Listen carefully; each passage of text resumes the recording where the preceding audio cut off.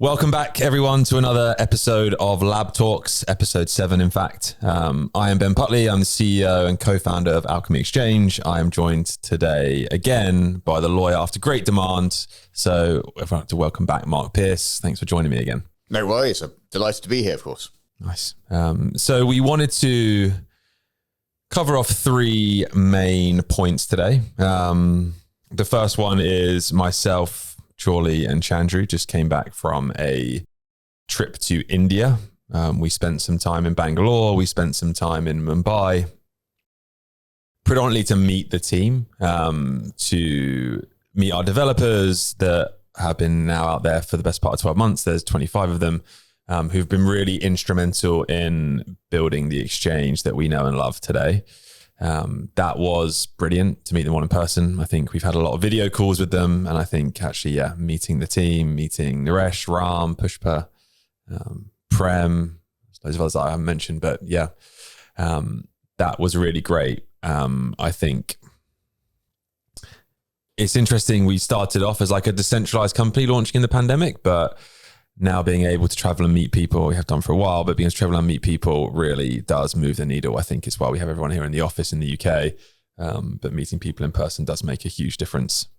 Absolutely. And what is their general attitude, not just to Alkimi, but to crypto generally? Because obviously India has one of the harshest regimes in terms of taxation and movement of crypto. So how do they feel sort of being in India working for a crypto company? I mean, is it something that they are very excited about? Or it's a good question. I think because of that reason, there seems to be a much larger focus on the underlying technology as opposed to the get rich quick approach that some people can apply or think about when they are thinking about crypto. So there is a much more pragmatic approach. There's much more excitement around the problems that you can solve with a blockchain versus the potential to make or lose money using crypto, which I thought was quite refreshing. I think it's very different to that here in the UK, here in North America. To use a bit of a meme, they are really in it for the tech, bro. I think that was really refreshing to speak to people that are hands on keyboards, thinking about the way we can use blockchain, use our distributed ledger, use Alkimi to solve challenges posed by Web2 markets, if you want to think about it that way, was a lot more interesting conversations, not like what token this and what token that, more how do we solve this problem with a smart contract? What business functions can smart contracts solve? What is solved when you use a distributed ledger to record transactions? So those kind of conversations were way more interesting to me anyway. That's what I would say. And just to, I guess, segue, you've been in crypto sort of at the coalface longer than I have, and we are in sort of what many people are calling the third cycle. And do you think perhaps in other cycles, almost everything that was tokenized went up in value? You could kind of just throw a dart at a board. Do you think in this cycle, given this greater differential between what you refer to as just a get-rich-quick token and tokens that genuinely solve real-world problems, do you think this time it's going to be more difficult, perhaps, for some tokens or companies without a lot of substance to actually, get as good a result in the upcoming bull run as somebody who, like Alkimi, is genuinely trying to solve issues? Yes and no. I think the overall size of the market is not the largest it's been, but I think like the largest at this stage of a cycle, bearing in mind the halving's just passed, so that the market is significantly larger. To then see the types of volatility that you saw in previous cycles, you simply need way more cash to be in the system. Now, there is an argument that there has been a lot of quantitative easing up until this point, so there is a lot more money sloshing around in the system, but it's being used for other things. I think that it's not too dissimilar. I think I've talked about this quite a lot, but if you kind of picture that graph of like the adoption of wallets versus the adoption of internet users. And in 2022, it put blockchain where the internet was in 1997.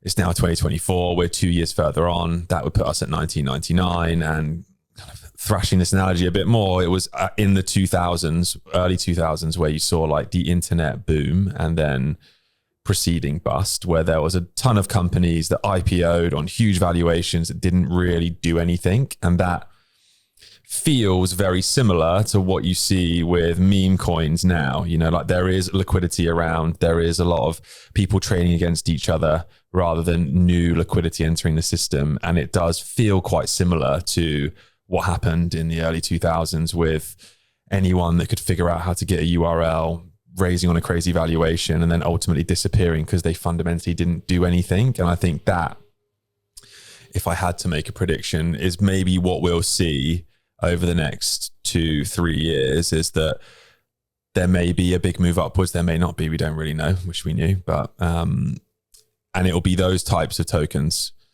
that have been good to get people into blockchain. It's like a very easy concept to understand. It's like, that's a funny joke, or that's an interesting meme.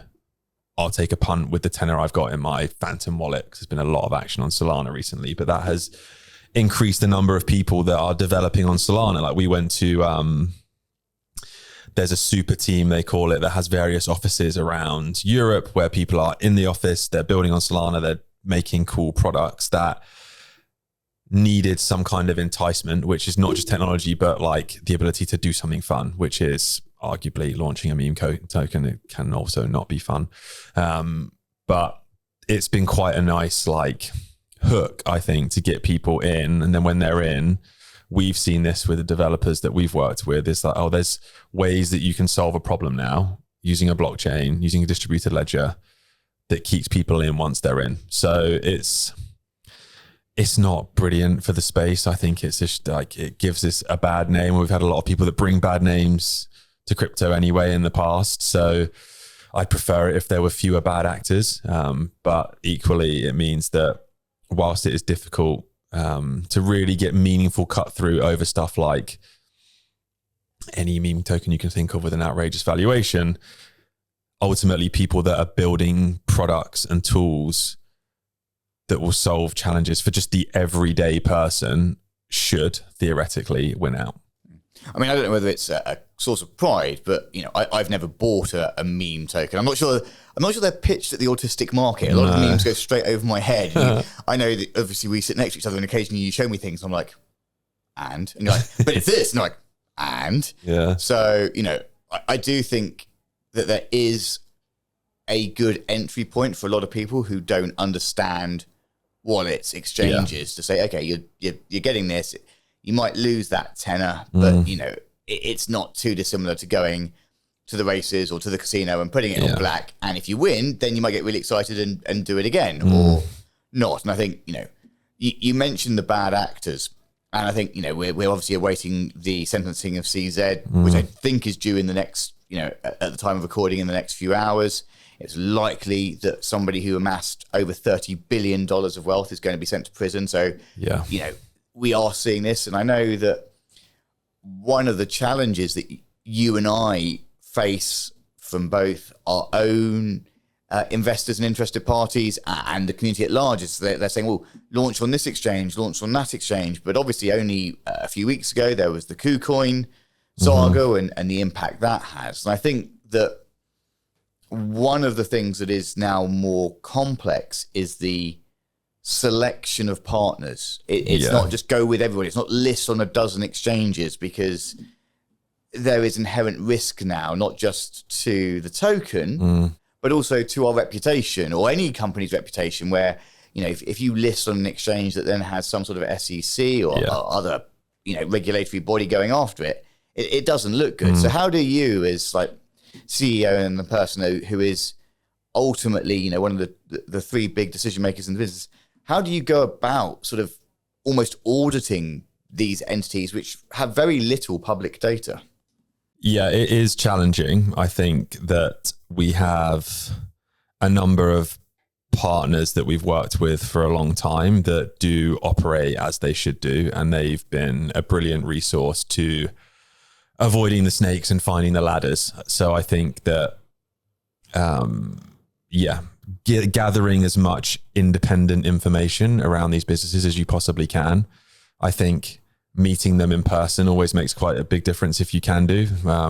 In India, we met an exchange there and they were doing things in the right way. I think now what you're seeing from at least newer exchanges that are entering the market that don't have the kind of volume that you would see on the top 10 exchanges, but equally are there to be sustainable and provide like a proper service to people, to a slightly easier version of trading crypto. You know, like it still is quite difficult to figure out which wallet to use and what to do with your seed phrase and where to store it, and then interacting with protocols like Uniswap. I think if you are native to the space, it seems pretty rudimentary, but if you're not and you're new, it's very difficult. And I think that centralized exchanges do some things very badly, but then equally they are a very easy onboarding point for people to say, okay, I want to buy some Ethereum, I want to buy some Bitcoin, I create my account here, I can go and very easily buy that. And I don't have to worry about the storage. That's not necessarily best practices, but at least to begin with, if you're not investing your life savings on a centralized exchange, I wouldn't recommend anyone did that. And kind of, it's not your wallet. It's not your keys. It's not your wallet, I think is as true as it ever has been. So they do the right partners that are seeking to work with regulators, with governments to create sustainable businesses will often tell you that straight away. So that's quite a nice, easy rule that you can measure people against. And I think now we've been doing, I've been buying cryptos for since 2018. That's a long time ago. And working full-time in crypto since 2020. There's something to be said for experience, and I have a bit of a gut feeling about stuff, and just, using your, instincts, I suppose, just to because there's been people that have tried to scam us, right? Like happened not so long ago, and I think I'd never been scammed before. And now kind of being exposed to people that are trying to scam you, there's certain things that people do at certain times that you can like keep an eye out for, and just, they kind of use your spidey sense, as it were. Yeah, I think that shadow world, for want of a better phrase, is something that is really different from my 20 years as a lawyer in more TradFi traditionally. Because nearly everybody has some form of regulation. It's not to say that there isn't corruption and bad actors, because there absolutely are. But things like Telegram, and as you say, not actually meeting in person a lot of the people that we transact with on a regular basis, it does leave that space open. And I think, as you say, there is no replacement for experience. Yeah. And, certainly I'm finding even, 6 months into this journey that the learning curve is incredibly steep, but you kind of have to be in it. You have to do some sort of crypto to understand how it works. It's not just a subject area for theory. And, we're seeing, and, you and I both know that we're working, on various projects, but we are seeing now a real uptake by certain TradFi institutions in looking to evolve their offering into the DeFi world. And, how do you see that integration? Obviously, there has been an effort to bridge with the ETFs, and I think Hong Kong just launched its ETF. ETF, was it yesterday? Today, very recently. But in terms of what we're seeing actually day to day in Alkimi, what do you think the TradFi evolutionary process is going to look like? So I think one of the cool things about tokens and smart contracts is that they're very portable. And I think we talk about this a lot, but for the individual, and I'm talking about Ethereum here, gas fees are quite expensive. But when you think about businesses that have to do accounting, that have to remit payments, that have to take on insurance when large amounts of money is being sent to or from a respective party and it's held in escrow, there's a lot of people and time and effort involved in moving something with value from point A to point B and then making sure it's accounted for correctly, however it needs to be. That is very nicely solved via smart contracts, via the EVM. Like if you were trying to tokenize well, let's use Alkimi, right? We're tokenizing the digital ad market.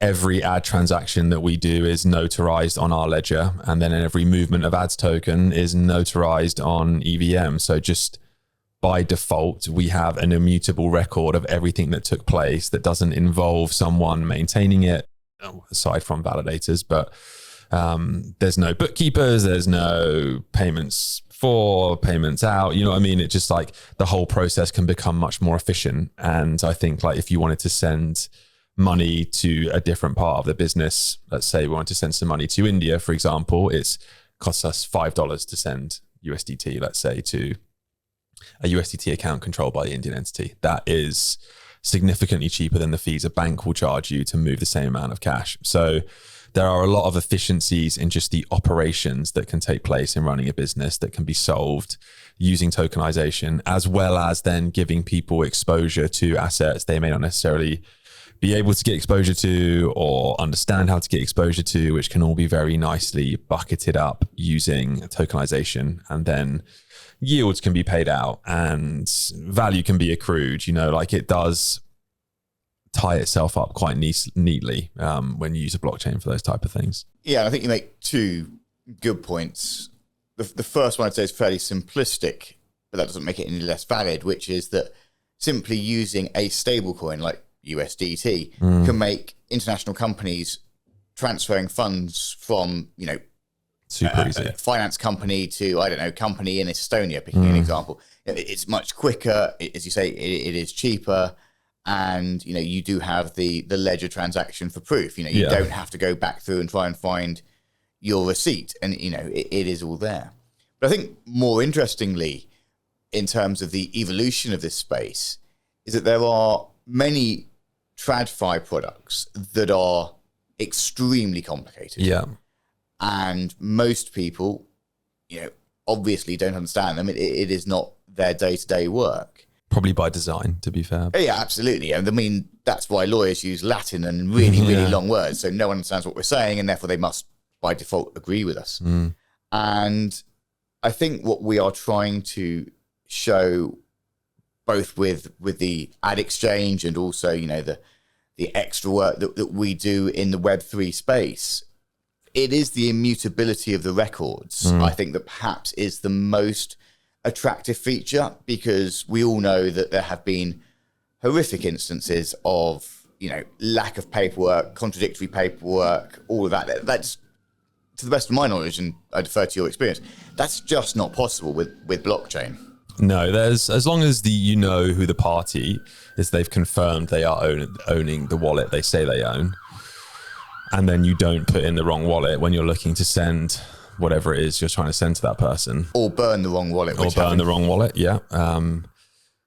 It arrives, you know, and then they can withdraw that money. They then can follow procedures to account for it at that point, as they should, when they off-ramp into fiat. You know, like there's, if you want to kind of find loopholes and avoid reporting stuff, you can do, but that's not something that is exclusive to cryptocurrencies. That's something that is also true for fiat currencies as well. Oh, I mean, absolutely. I mean, it always amuses me when people talk about the connection of crypto to criminal activity, yet I think they reckon over 90% of criminal activity is run out of US dollars. Yet, you know, people aren't going to suddenly ban countries from using the dollar. So it's a crazy analogy, really.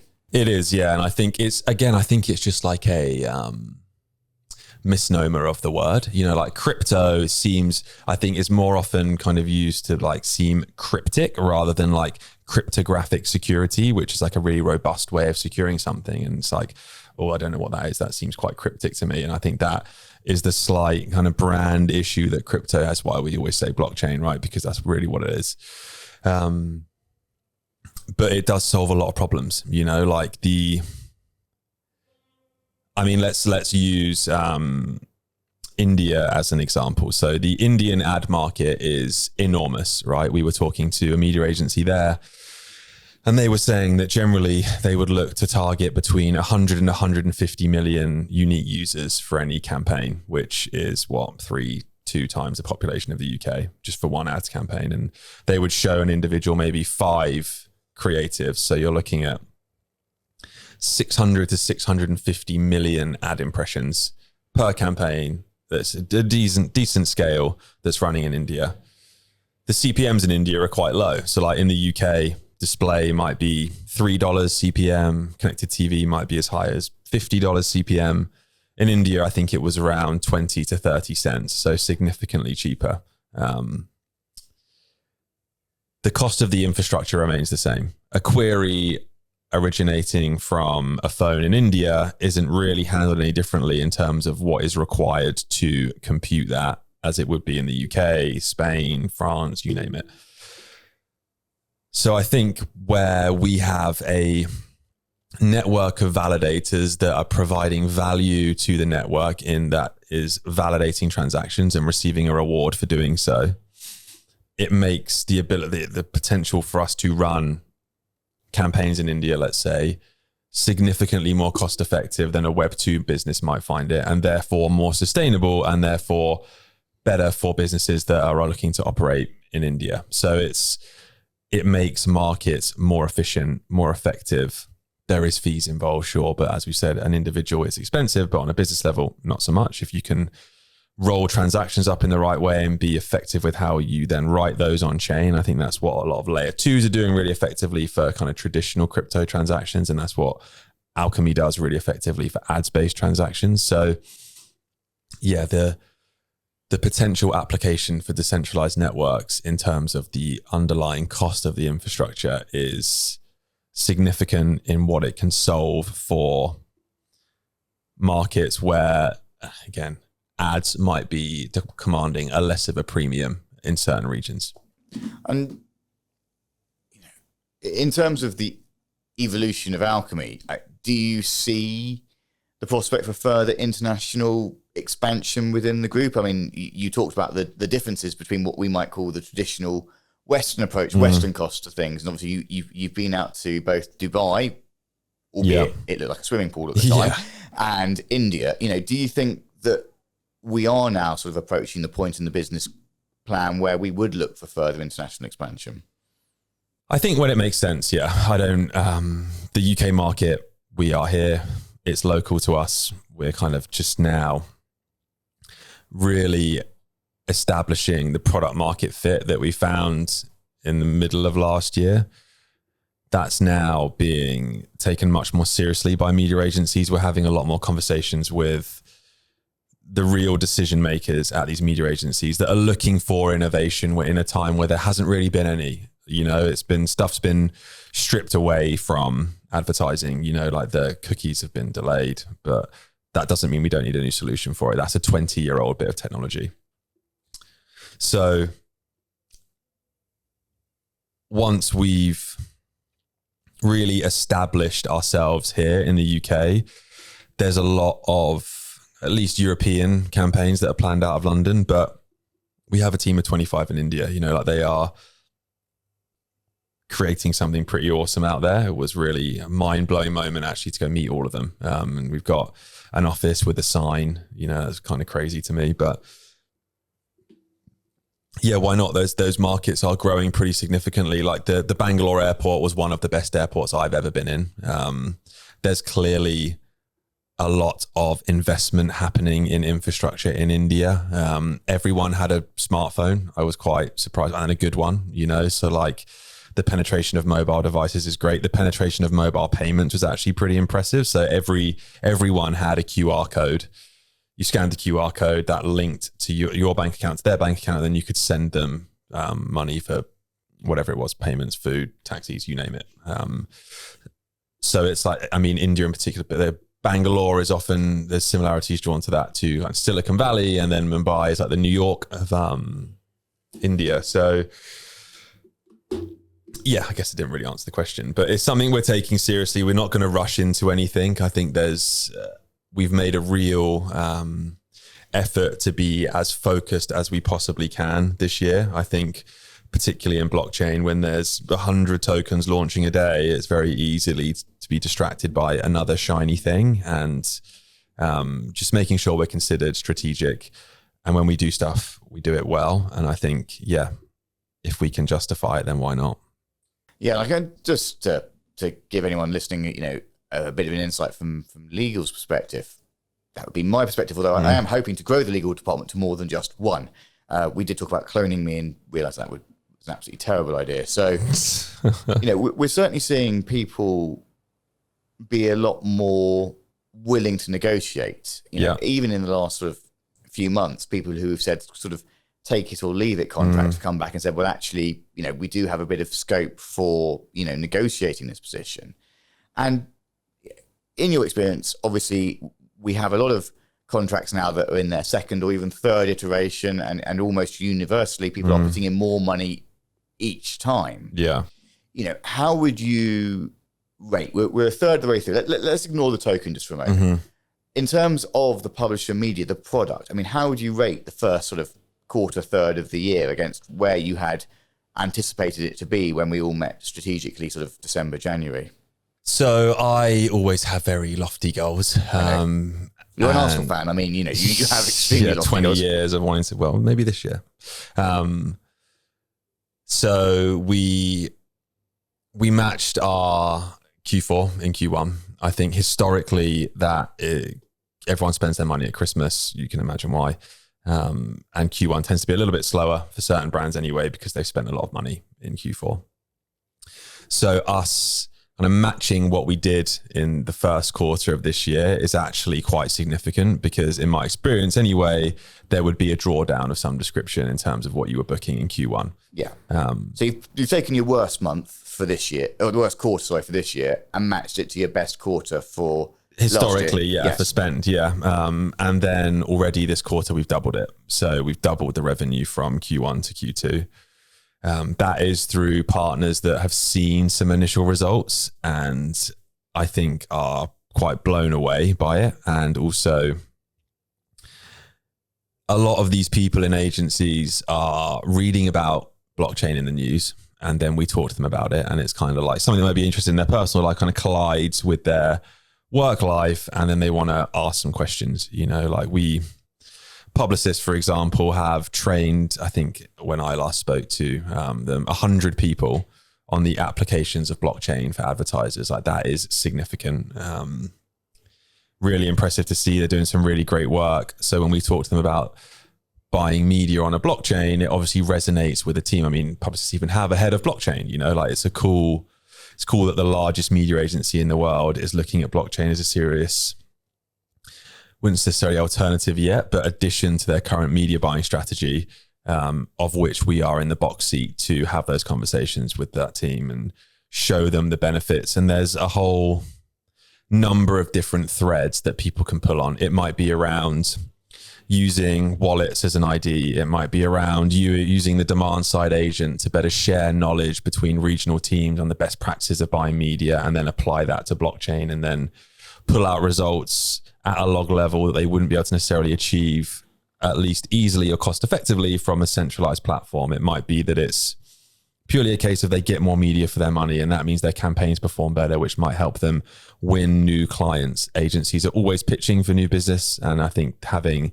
a differentiator like Alkimi is becoming quite compelling for them. So, and publishers, same kind of story, like they've always eaten last, as it were, kind of being the supplier in the chain or getting the money last has been quite tricky for them. And again, where our fees are so low, they're seeing high CPMs. Like we have some of the best win rates. We're like 40 to 70%. Traditionally, it's 5 to 10%. So publishers are making more money. They're earning more revenue. Feasibly, that should lead to fewer ad units. If you can command a $2.50 CPM versus a $1 CPM, reasonably you could show 2.5 times less ads and still achieve the same revenues. Now in practical, that may not actually take place. You might see the same amount and double your money, but ultimately publishers have been penalized for that. Google looks at how heavy your page load is when you're being surfaced in search. So there is going to be a want to kind of clean up what their ads look like, work with fewer partners, kind of just, I'm not sure the word I'm looking for, but like just make their lives easier, be pulled in fewer directions and be able to focus on what they're good at, which is creating content, distributing content, and kind of ultimately providing the means by which the internet can remain ad funded and therefore free for everyone to use, which I think is pretty important. Yeah. I think one of the things that is definitely a downside of working in crypto, in my experience, is the aggressive nature of many of the users of social media, some of whom are perhaps not the most informed of individuals. And I think the point that you're drawing out there is that at the moment, this is not a replacement, or shouldn't be seen as a replacement to all traditional ad. What it is, it's not sort of Orwellian that one is good and one is bad. It's more like this is an enhancement. It's an upgrade. It's like, this is the next evolution, but don't necessarily throw out the old evolutions just yet. Let's trial it on, 1%, 5%, 10%, or whatever those iterations are. And I think for our community, perhaps that is one of the subtle strengths, is that Alkimi is here to stay. It is not literally a get rich quick and we all retire to a non-extradition country with a good beach. It's a long-term project. And, in this sort of super competitive market, you look at our recruitment, I think we're averaging recruiting something like one new person a month at the moment this year, aren't we, in London? I was thinking about, we've got, 2 new joiners in May? Yeah. 2 new joiners in May. We've got 4, I think, people joining the consultancy. So it's off the back of growth, right? You've got to kind of earn the right to do these things. And I think, we doxed ourselves from day one, like we didn't create Alkimi to get in and out. We created it because we'd all worked in ad tech, seen the challenges that face that market, and then equally discovered the solutions in blockchain. And that it's like an itch that always itches and you want to scratch it. And it's quite rewarding when you do so. I think even being around for 3 years and delivering a mainnet that's actually doing something that's not just a crypto to crypto swap, is actually, couldn't name many projects that do that. So we're kind of proud of the work that we've done so far, and that it is meaningful, and it is actually now finding a product market fit. It is bringing users of the internet like you and I into what is the way in which the internet is maintained, funding it via ads.